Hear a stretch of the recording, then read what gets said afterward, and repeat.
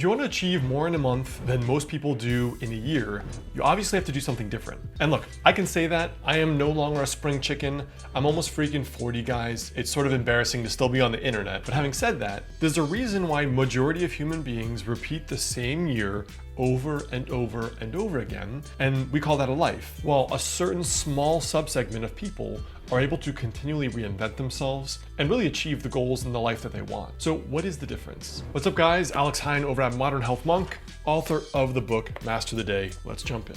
Now, the problem with life is that for most of us, life just repeats itself. You know, you have these adages and these sayings in English, like with age comes wisdom. But I frankly think that's a bunch of bull, because if people actually learned as they got older, then what you would see is progression in life. And unfortunately, that's really not that true for the majority of people. Do the majority of people you know as they get older, do they earn more and more and more money doing more and more and more of what they love? Do they take more time off and see more unique countries? Do they pick up new hobbies and evolve and grow? Probably not. So in reality, with age does not come wisdom. The only time wisdom and evolution happens is if you consciously try to make it happen. Time will pass no matter what you do, but your life will only get better via being deliberate. You know, before 26, I was repeating a lot of the same old cycle that a lot of us do. You know, I was trying goal setting, I was trying ways to be more ambitious and driven and motivated, I was trying to change my habits, but when I realized that the same reason year after year I didn't have a girlfriend, the same reason year after year my financial situation wasn't better, wasn't because of a lack of strategies. I know how to save money. I know how to get a job.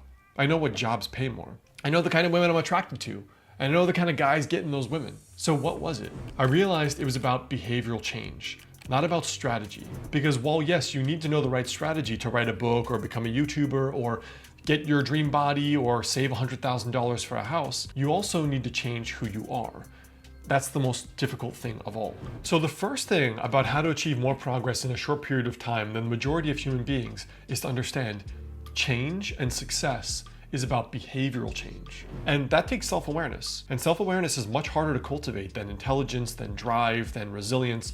Self-awareness requires wisdom. What do you actually have to change to gain self-awareness? The way I think about this is you could think of goals as one part mindset and one part strategy.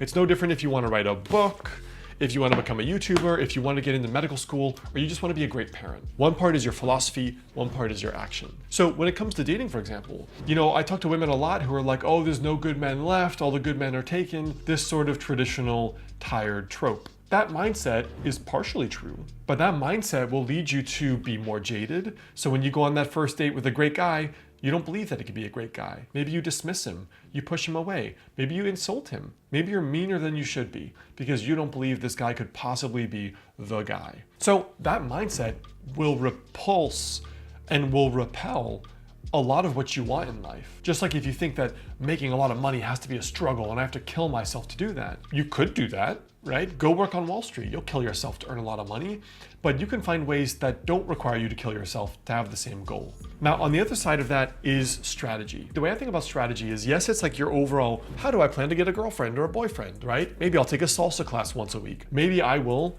go to a new part of town where I'm not normally, and I'm gonna work in a cafe 3 times a week. The strategy is what you end up doing on a day-to-day basis.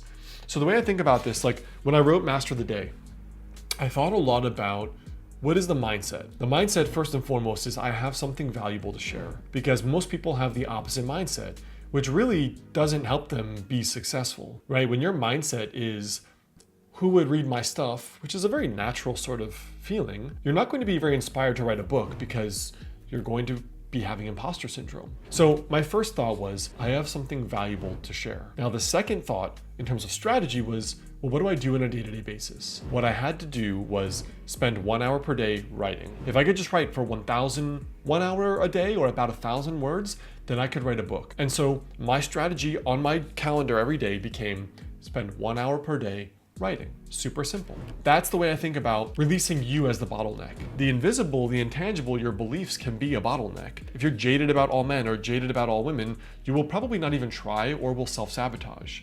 But then the other bottleneck is the strategy. Of course you need a strategy. Sit down and write is a strategy, but writing 1,000 words a day is a very concrete outcome that if you do that, will result in you writing a book. Now, typically when it comes to planning my best years ever, what I've done is I've worked with this little goal setting worksheet, and I've included a link below of this template that I've put together. So what the goal setting worksheet does is you have your vision, you have your quarterly goal, like quarterly goal could be like write a draft of my book, pick up a salsa class and try to meet someone, and then you have your day-to-day rituals. And that was based off of really when I got the aha moment for Master the Day, it was really based on this singular worksheet. So it's free, it's right below the video. You can use it to plan out, really to have your best year ever. So now if you know you want to have an incredible year or an incredible quarter, you have to figure out where your priorities are. And I love this quote that I heard from someone where he said to me, the way you know your priorities, Alex, is where you spend your money and what's on your calendar. And I thought that was brilliant because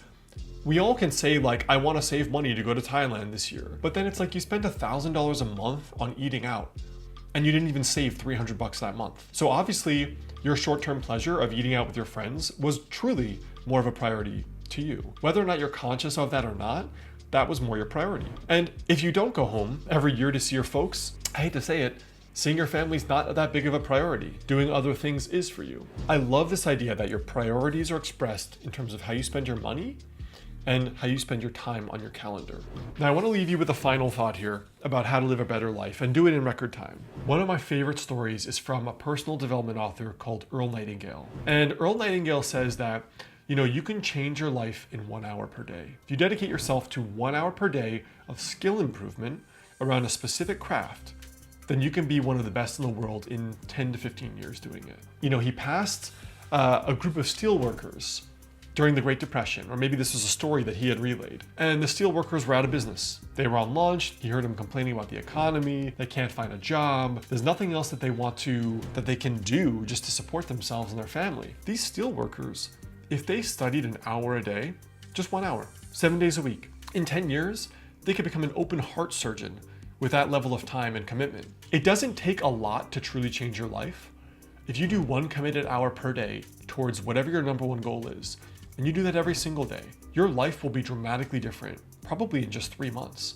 But if you do that over years, it's unbelievable what you're able to do to improve your life. Changing yourself is the hardest part of changing your life. If you can learn to apply some of these strategies, you can make dramatic progress in 3 months or 100 days versus a year or 3 or 5 years. One of the hardest parts of reinventing yourself is basically knowing where to start. What goal do I focus on? What strategy do I use? There's all kinds of goal setting techniques. Well, I've put together a related video here on how exactly I reinvented myself and had my best year ever with my 3-3-1 philosophy.